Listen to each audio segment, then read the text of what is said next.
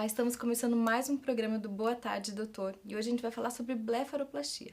A blefaroplastia é essa cirurgia que todo mundo fala, que é a cirurgia de pálpebra para tirar o excesso. E eu quero que a gente fale um pouquinho para poder explicar para você que na verdade não tem apenas um caráter estético, mas também funcional. Então, a pálpebra, ela começa com o tempo, né, formar essa pelezinha em cima, embaixo também. E hoje a gente trouxe para conversar com vocês e comigo a doutora Ellen Mocelin. Tudo bom, doutora? Tudo bem, boa tarde. Boa tarde, muito obrigada. A doutora Ellen, ela é graduada em medicina pela Universidade de Caxias do Sul e ela fez residência em oftalmologia na Santa Casa de Curitiba.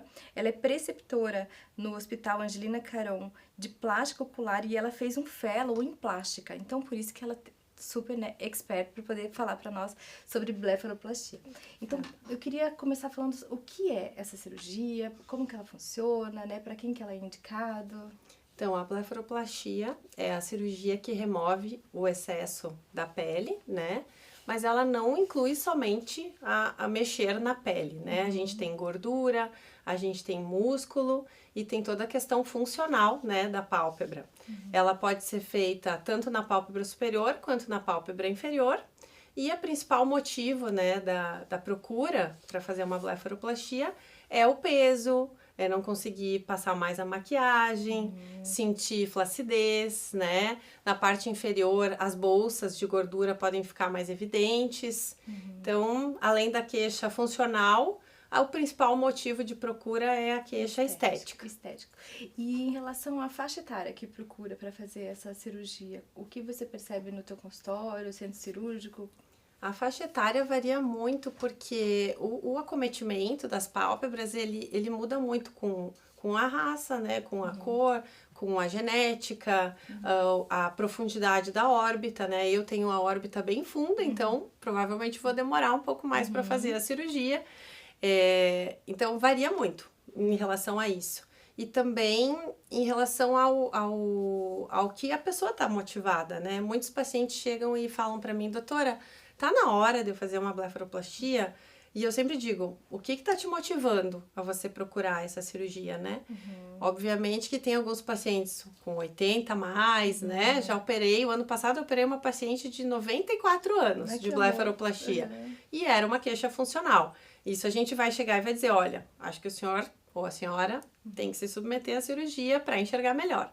Mas, no geral, a grande maioria, né, ela vem assim, eu sempre levo o paciente a refletir sobre a motivação, o que tá te incomodando para você fazer essa cirurgia. Então, a faixa etária vai dos 30 até 99.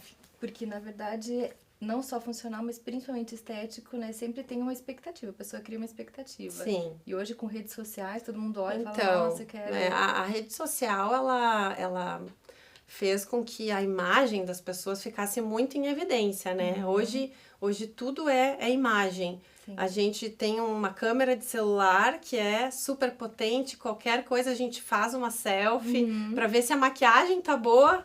Você se olha, né, numa fotinho aproximada do celular. Então, obviamente, a procura aumenta, porque as pessoas estão se olhando mais, né? E é verdade, né? Antigamente se olhava de manhã para se arrumar, para sair de casa, e hoje todo o tempo você tá se olhando. E se cria, na verdade, até uma exigência, né? Que não tinha antigamente. Sim. Em relação a essa indicação funcional, o que seria essa indicação funcional? Então, um perfil de paciente que chega muito para o oftalmologista, né? Eu trabalho juntamente com cirurgiões de catarata. Então, a pessoa de meia idade vai lá, opera a catarata, tá enxergando melhor, né? Começa a se observar mais e começa a sentir a exigência da qualidade da visão, né? Então, às vezes a pessoa já tem uma queda da visão, mas não que limite ela, por exemplo, de dirigir, de passar no exame do Detran, mas já sente aquele peso, especialmente quando vai ler. Porque quando a gente vai ler, a gente abaixa os olhos e o peso da pálpebra fica mais evidente, né? Então, eu acredito assim, que não é que está inibindo a tua visão, mas atrapalha. A exigência das pessoas com a qualidade da visão hoje aumentou muito, né? Porque nós temos cirurgias de catarata que a gente consegue colocar uma lente que melhora a visão longe, perto, intermediária, a pessoa fica livre do óculos. Então, a exigência da visão das pessoas está maior. Então, nesse sentido, sim, né? E também daqueles pacientes que tem realmente, que tá cobrindo o eixo, né? O eixo da visão. O eixo da visão é a pupila, né? A menina do olho, o pretinho, que é onde a luz entra e forma a visão lá no nosso cérebro, né? Então, quando tá cobrindo o eixo, Tem quando uma já indicação. começa a incomodar, sim. E geralmente você faz a cirurgia da pálpebra superior, inferior, é mais comum da superior, como que é? Mais comum superior, mas como a gente tá falando do fator estético, né? Sim. E por ser também mais prático você anestesiar uma vez só, né? Você aproveitar o momento e fazer a recuperação da pálpebra superior e inferior. A gente tem também bastante, mas se fosse dizer qual que é mais procurada, é a blefaroplastia superior, com certeza. Sim. E existe técnicas diferentes para essa cirurgia ou é sempre da mesma forma? Existe maneiras diferentes de você deixar o formato do olho? Como que funciona? Sim, eu costumo dizer que eu sempre gostei muito de desenhar. Eu sou filha de professora de artes. Por isso que você foi pro lado da Por plástica. isso que eu acabei indo pro lado da plástica, né? Fiz oftalmologia.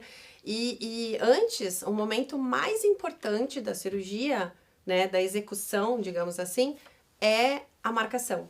É você sentar com o paciente, marcar, medir, aí você percebe pequenas assimetrias do supercílio, esse teu olho é mais alto, esse teu olho é mais baixo, e é um desenho, né? É uma arte, é um desenho que você faz personalizado para aquela pessoa. Não existe uma fórmula de bolo, você vai fazer 4 para cá, 5 para cá. Existe sim um padrão, né, que até a gente usa na residência para ensinar os colegas, né, mas o desenho é personalizado para cada paciente. Então, isso torna a blefaroplastia uma cirurgia individualizada, né, para cada pessoa você vai separar aquele momento para preparar a cirurgia para ela. E existe uma expectativa também, né, as pessoas criam expectativas. Sim. E como que você aborda essa questão, assim, olha... a gente vai tentar fazer dessa forma. Uma outra parte importante da cirurgia é a consulta, né? Às vezes as pessoas acham, não, mas olha uma foto minha, né? Mas você precisa conversar para entender a expectativa daquele paciente. Uma coisa que eu costumo fazer, que eu aprendi com uma professora minha, eu uso uma fitinha, como se fosse uma fitinha de micropore, e daí eu prendo, né? Claro que é uma fantasia na hora, né? Uma ideia. Eu costumo fotografar a pessoa com a fitinha, mostro para ela, converso, né? Eu tenho um arquivo com desenhos também para a pessoa já tá preparada, que vai ter os pontos ali e tudo mais, né? Então, para alinhar. E a gente sente a pessoa, né? É conversa. Medicina é relacionamento, né? Então, a gente tem que sentir a expectativa da pessoa. E essa cirurgia de ocidentalização, né? Também é um tipo de blefaroplastia? É um tipo de blefaroplastia, sim. Sim. E como que é isso? Tem alguma técnica, alguma... A ocidentalização é quando o paciente de origem oriental, né? Muitos não têm o sulco palpebral, que é o risquinho, né? É o côncavo. E principalmente mulheres, né? Querem esse sulco para a questão da maquiagem, né? Inclusive, em alguns países orientais, as meninas pedem essa cirurgia como se fosse de presente de 15 anos, assim. Nossa. É muito popular a cirurgia bem precoce. Aí não faz uma remoção da pele, só faz um reposicionamento, tem uma sutura, um ponto específico que a gente faz para marcar o sulco. Eu tinha uma ideia de que você também fazia remoção, na verdade, não... Pode sim, Pode ser. né? Se for uma paciente com a idade mais avançada, né? A pálpebra oriental, ela é uma pálpebra diferente da caucasiana, tem mais gordura, tem alguns detalhes da cirurgia que são bem específicos e podemos fazer a remoção. Mas a ocidentalização é esse ponto específico. E em relação ao preparo do paciente que vai realizar essa cirurgia, você indica alguma coisa? O que você... Então, a cirurgia de blefaroplastia é uma cirurgia tranquila, né? Uma cirurgia de anestesia local e sedação. É possível você fazer a cirurgia com anestesia local apenas, mas eu não gosto. Minha escolha, eu não dou essa opção pro paciente. Eu Até falo, pela olha, ansiedade, né? exatamente, você fazer a sedação te deixa mais tranquilo, o médico opera mais tranquilo também. Então, em virtude disso, a gente tem que fazer eletro, né? Exames de sangue. Eu também tenho como rotina, nos centros cirúrgicos que eu opero, eu sempre mando os pacientes fazer consulta pré-anestésica, né? Então, eles vão lá, conhecem um dos membros da equipe de anestesia, e tudo é um preparo para o coração do paciente estar tranquilo no dia da cirurgia, né? Então, pré-anestésico importantíssimo, né? E ambiente hospitalar ou de centro cirúrgico. Eu opero em 2 centros cirúrgicos que são só de oftalmo, e no Hospital Angelina Caron, a gente tem um hospital dia lá, que tem outras cirurgias um pouco maiores que as da oftalmologia, mas o hospital dia é que você não vai ficar dormindo no hospital. Você interna, faz a cirurgia, acorda, faz uma refeição, quando você tá bem, vai para casa. E hoje a gente vê que a recuperação é mais rápida do que se via antigamente, né? Isso se deve às técnicas? Sim, hoje a gente tem aliado, né, a técnica da blefaroplastia convencional. A gente tem a blefaroplastia laser, né? Então, a gente usa o equipamento de CO2, que é um equipamento já consolidado, né, na medicina. Ele tem um módulo cirúrgico, né, tem uma ponteira. E com isso você usa o laser para cortar, né, para fazer o que a tesoura ou o bisturi faz. E isso minimiza o sangramento, né, e consequentemente você tem uma recuperação bem mais rápida. No pós-operatório imediato, o paciente já tá com os olhos abertos, já tá mais tranquilo, menos hematoma, né? E ainda você tem os benefícios do rejuvenescimento do laser de CO2 que você pode fazer no pós-operatório imediato, já. Então, o laser de CO2 veio para ficar e para trazer essa agilidade, que hoje tá tudo muito rápido, né? Todo mundo quer fazer, já quer sair. Trabalhando, dirigindo. Exatamente. O CO2, ele traz essa vantagem, né? Em relação à cirurgia convencional, que é você, né, em 3, 4 dias, o paciente já tá só não pode fazer exercício físico, né? Nem ir na piscina, mas já consegue trabalhar, já... E quanto tempo sem exercício? Eu preconizo 15 dias. 15 dias sem exercício. Pouco, né? Se você for pensar, Sim. É um tempo... Okay, em relação a outras cirurgias estéticas, é pouco. É verdade. É pouco. A gente vai fazer um breve intervalo e volta daqui a pouquinho.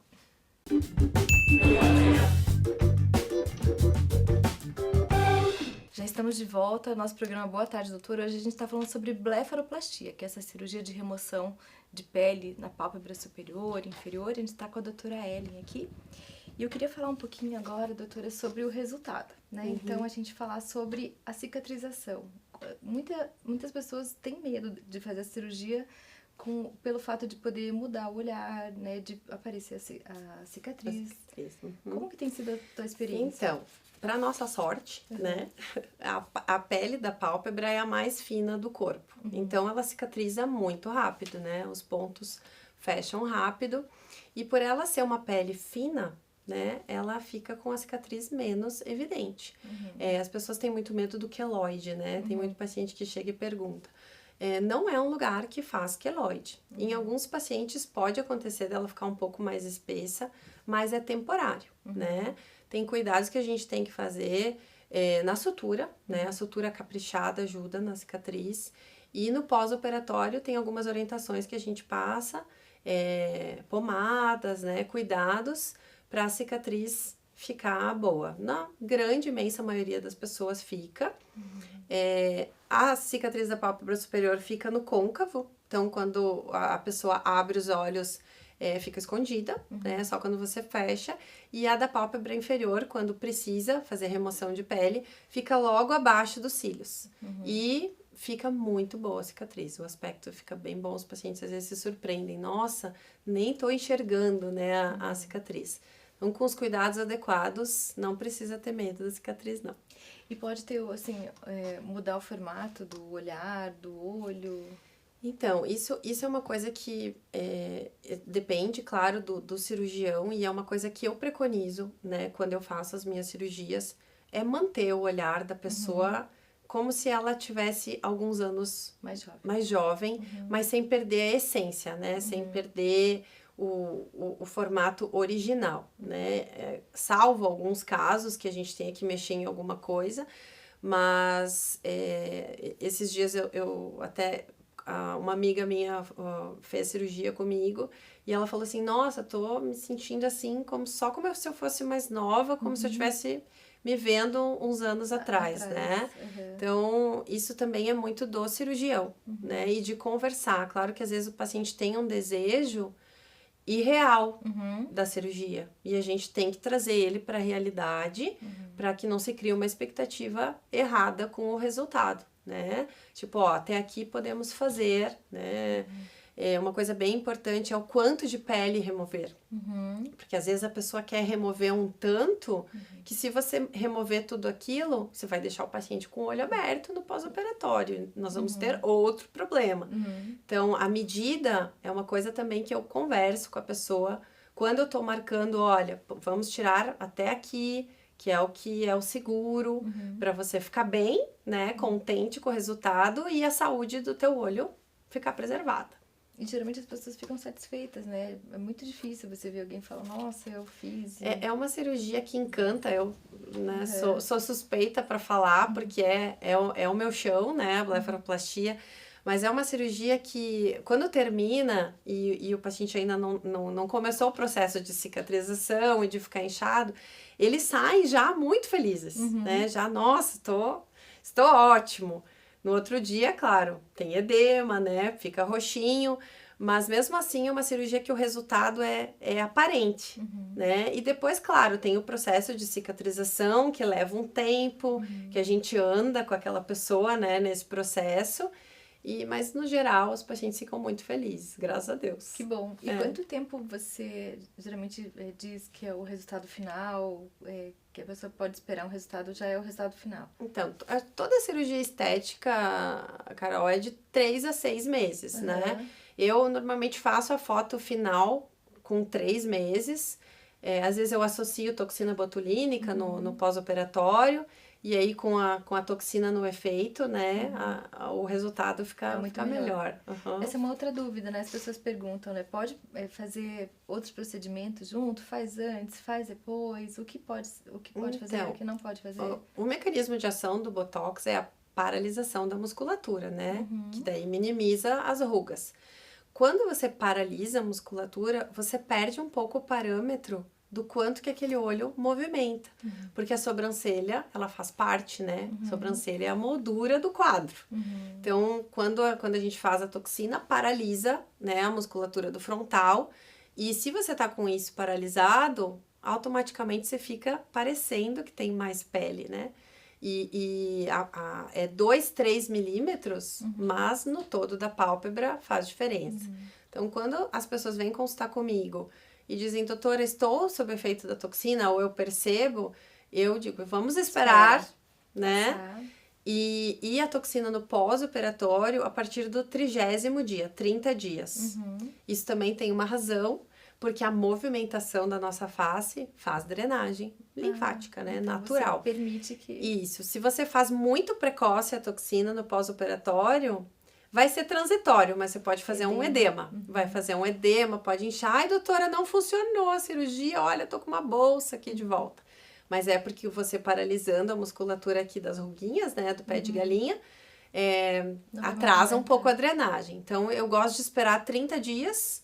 E aí, quando o paciente vem para fazer a foto de um mês de pós-operatório, se é do desejo dele, eu faço a toxina também. E fica muito melhor, né? Fica muito bom, porque melhora a pele também, né? A toxina botulínica melhora, levanta um pouquinho a sobrancelha, então é a cereja do bolo da cirurgia. Fechou, E antigamente a gente via mais mulheres procurando a blefaroplastia, mas hoje como é que tá? Assim? Hoje o meu público ainda, a maioria mulheres, mas muitos homens. Às vezes a esposa opera e ele, opa, põe na fila. Gostei. Né? Então, faço bastante blefaroplastia em homens também. Em menor número, mas a procura está aumentando. E geralmente é a mulher que leva ou eles buscam por si só, porque a gente vê muita mulher que marca e o marido não sabe nem o que tá indo fazer na consulta. Mais raro dele procurar, né? Mas eu acredito que os homens estão mais atentos, né? A imagem hoje também, como todo mundo. Então acaba que eu tenho alguns que vão sozinhos, sim. Tem. Ah, que legal. Depois eles levam a esposa para conversar sobre as dúvidas, né? Mas tem alguns que procuram, tem. E a gente tava falando no intervalo, eu conheço pessoas que já fizeram 2 vezes. Isso é algo comum de se fazer jovem, depois, na idade mais avançada, precisar fazer novamente? Pode acontecer, porque assim, se você me perguntar, doutora, quanto tempo dura o efeito da blefaroplastia, né? A gente fala em média 10 anos. Isso depende muito também do modo de vida da pessoa. Se ela fuma, se ela toma muito sol, se ela come muito produto industrializado, se ela não tem uma alimentação saudável, porque tudo isso são coisas que aceleram o envelhecimento. Então, automaticamente, a cirurgia vai durar menos tempo. Então, se é uma pessoa que se cuida, a média é em torno de 10 anos. E se você opera jovem, né? Jovem, eu digo, com a minha idade, por exemplo, 44, normalmente com 15, 20 anos depois, surge a necessidade de fazer novamente, né? Então, depende muito da primeira cirurgia da pessoa, mas pode acontecer. Já fiz algumas cirurgias que eram a segunda vez que o paciente operou. A segunda vez. E em relação aos riscos, né? A gente, toda cirurgia tem riscos, né? Mas a blefaroplastia, ela tem algum outro risco esperado? Então, é uma cirurgia com taxa de complicação muito baixa, por ser uma cirurgia eletiva, ou seja, você planeja, né? Não é uma cirurgia de urgência. Então, o pré-operatório é muito importante, né? A consulta é muito importante, minimiza tudo isso, né? E também o ambiente da cirurgia, né? Na minha opinião, a cirurgia é em ambiente hospitalar ou em hospital-dia, centros cirúrgicos capacitados, né? Com oxigênio, com anestesistas treinados, né? Isso tudo traz segurança, porque as complicações, elas são muito mais graves quando o ambiente não é preparado, né? Não é esperado aquilo acontecer. Então, eu preconizo operar num hospital, né? Como nós lá no Angelina Caron, ou aqui em Curitiba temos vários hospitais oftalmológicos ou de cirurgia plástica que são capacitados, né? E traz segurança, diminui os riscos. E a gente tem visto muitas complicações de cirurgias que são feitas em qualquer lugar, com profissionais que não são capacitados. Eu acho que essa recomendação de fazer com médico, né, oftalmo, plástico, é uma coisa importante. A gente precisa... Sim, eu acho que primeiro você procurar um profissional que é capacitado, né, para resolver as complicações também que podem acontecer. E segundo, ter empatia com o cirurgião. Eu sempre falo, você tem que ter empatia, você tem que chegar, conversar, olhar no olho e sentir se aquela pessoa, né, é para você fazer, especialmente no caso da blefaro, que é uma cirurgia que você escolhe fazer na grande maioria das vezes, né? Então, muito importante você fazer com um profissional capacitado. E a gente estava falando sobre outros procedimentos. Você geralmente faz a blefaroplastia com outras cirurgias plásticas, com o cirurgião plástico em centro cirúrgico, ou você prefere fazer em 2 tempos, pedir para o cirurgião fazer em outro momento? Porque às vezes o paciente quer fazer um lifting, uma blefaroplastia junto, né? Isso pode ser feito, sim, né? É questão de logística, de você organizar, de você ter um cirurgião plástico parceiro, né?